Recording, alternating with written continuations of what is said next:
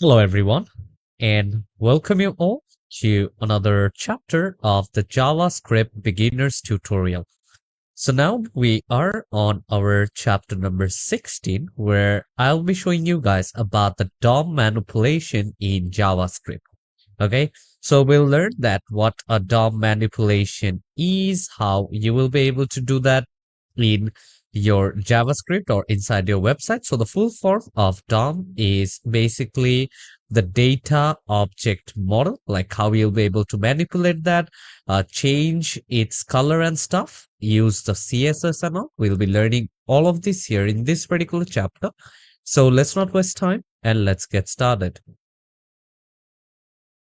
So over here on my screen, as you guys can see, this is basically the website in which we were working on. Okay. So we are going to learn about DOM manipulation. So we need to understand that what a DOM basically is. Okay. So if I just create up a new page over here this is basically the DOM of the Google page. If I just go to any kind of website, let's say this is Pexels, this is the DOM of Pixels, okay? And the same way, if I come here, let's say if I go to Pixabay, here you will be able to see the DOM of Pixabay. So this is basically called the DOM, okay, which is the document object manipulation. And over here, if I want to view what is the name of this particular document or what is the address of this document, then I can just type document over here on my console, and once I click on enter, here you guys are able to see that what is the address. Okay, and if you just click on this particular arrow here, you will guys will also be able to check individually whatever is present inside the head, whatever is present inside the body. Okay, so here you guys can see about the head. Over here you guys can check inside the body from here. Okay, so once you click on document, and this is basically the information of this particular document over here, okay, which you can see on my left hand side. Let me just close down the other websites over here, and from here if you just type document dot location, okay, so here if I just type document dot location, if I click on enter, here you guys can basically see a lot of information and a lot of model, or what to say, the methods of this particular document. Here you guys can see the method of origin, the path name, the toString, the replace method, and a lot more. Okay, so let me just come over here. Let me just go back down. And I have already showed you guys that what a DOM is. The full form of that is basically the document object model. Okay, so we need to understand about that. And over here, if I just clear this particular console, and let's say from here, now let's go to my VS Code. Okay, and here in my VS Code, you guys can see that inside my body, I do have this particular ID. Okay, so over here I do have this particular ID. So here you guys can see that I do have actually created a button as well. Okay, so I do have named this particular button as clicked. Okay, so over here, if I wanna get this particular button inside my console, so for that what I need to do is I need to come here and I need to type document dot get element by ID. Okay, so over here you guys can see I will just take the get element by ID, and now I can have multiple IDs, okay, but not with the same name. So if I want to get that, let's come here and let's type what was the name of that ID, which was click. Okay, so I will just come here, I will just type click, let's close down the parenthesis, and now I need to select that what do I want to do with that particular ID. So if I just type click over here, let's open and close parenthesis, and if I just click on enter, here you guys can see it is showing me undefined. Okay, So over here, basically, it is actually showing me undefined over here. But you guys did notice as this doesn't have any command yet inside this click here button, but it did a click over here onto this particular button. Okay. So over here now, if you want to inspect this individual, let's come here. Here you guys can see I do have uh, the ID, which is click, and also I can see the inside content over here.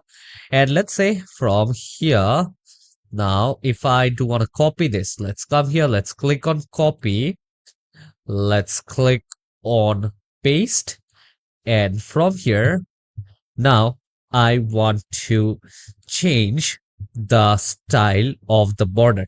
Okay, so I can access the style of my page as well, which is actually known as the manipulation. So I will just type style dot, and then I need to select what I want to manipulate. Okay, let's say I want to manipulate the size or the color of the border. Okay, so I will just put equal to, and let's put single quote, and let's type red. Okay, so let's come here, let's type red, and if I click on enter here, you guys can see now I'm not able to see it over here. Okay, I do have written get element by ID, and now let's come right over here and let's copy this particular thing. Okay, right click, let's click on copy, let's come here, let's paste it up, and over here now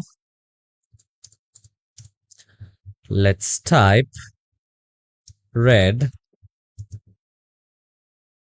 or let's type 5 pixel red. Okay, so if I come here and if I just click over here, here basically it will actually change the color. Okay, so here you guys can see again, like now the color have basically changed of this one. Okay, so over here now you guys can actually do that. And again, if you just come back right over here into your index .html file, from here you will be able to basically manipulate the CSS of your particular website. Okay, so let's say from here now you guys can see that we do have learned that we can't name the same ID in different places, but we can do it in case of a class. Okay, so over here you guys can see I do have the class name as container, and also over here I do have the class named as container as well. So for that, now let's come right over here and let's try to put out a style. So for that, over here now let's click on enter, and from here I will just type style. So I will just take this style tag over here. Now let's click on enter, and now I will just type dot container, and let's open up this curly bracket. And after opening up this particular curly bracket, let's come here and let's see what all do I want to change. Okay, so let me just first go with the border. Okay, so I will just type border, then I will put colon, and after that let's put 3 pixels solid blue. Okay, so I will just type 3 pixels solid blue. Let's come here and let's click on enter. Let's go down. So now if you come here into my live website, here you guys will be able to see that there is this particular border colored as blue. Okay, so here now in both of this part, okay, because this both of this part basically do have the same class, and it is actually defined as the container. So over here I do have both the classes. Okay, and here now I can just basically add more. Okay, so if I do want to add margin, let's say I will just type margin. Now let's put on colon, And over here, I can select that where exactly I want to put out the margin. Let's say 0 over here and 3 pixels on the side. And also, let's come here, let's put out the semicolon. And if I just go here you guys will be able to see the changes. Control S. Let's come here. Here you are not able to see much changes, but the same way if I come here, let's go 3 pixels, Control S, and here now it doesn't look that great. So I will just come here and let me just change this one to the margin of 3 pixels over here and 0 on the sides. Okay, so I will just come here. Let's put 3 pixels and over here, Control S to save it. Now let's come here and let's check.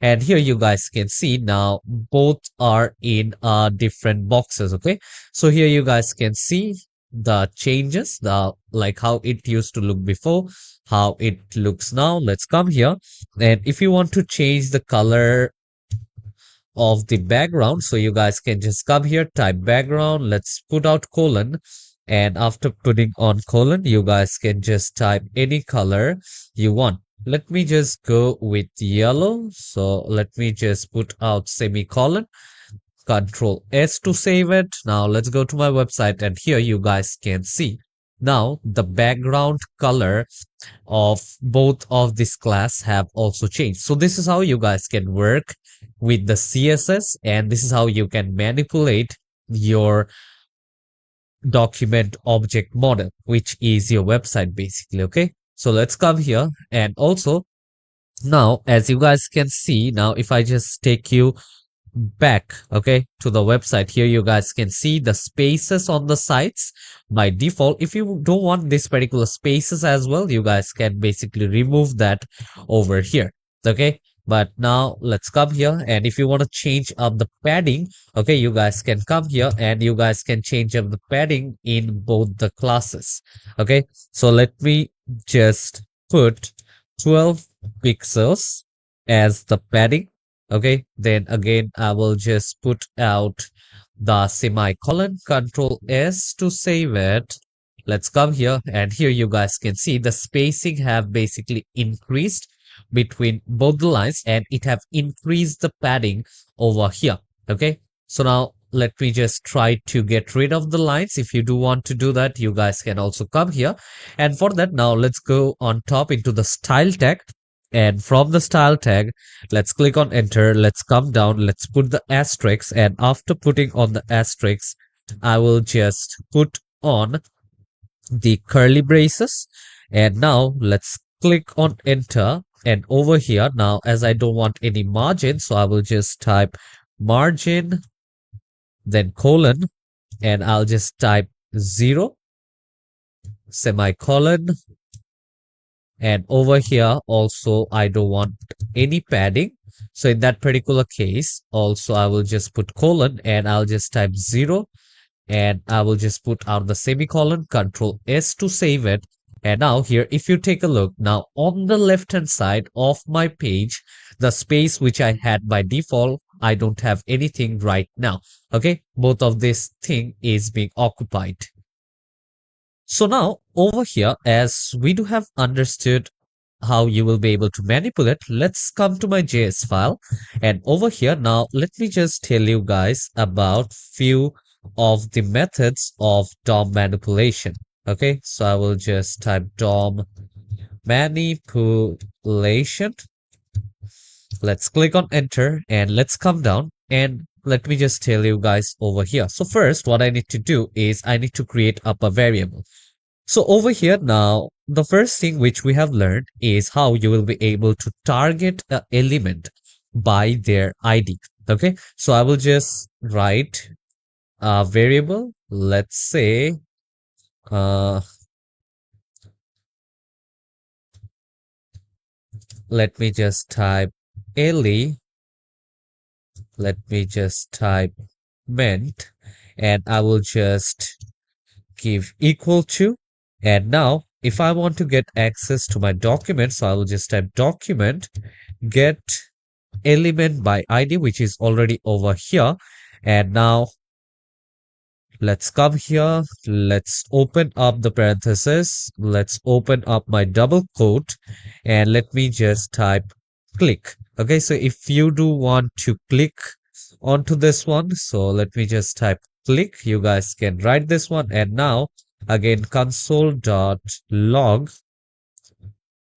Let's open parenthesis and let's name element. Okay, so over here I do have element.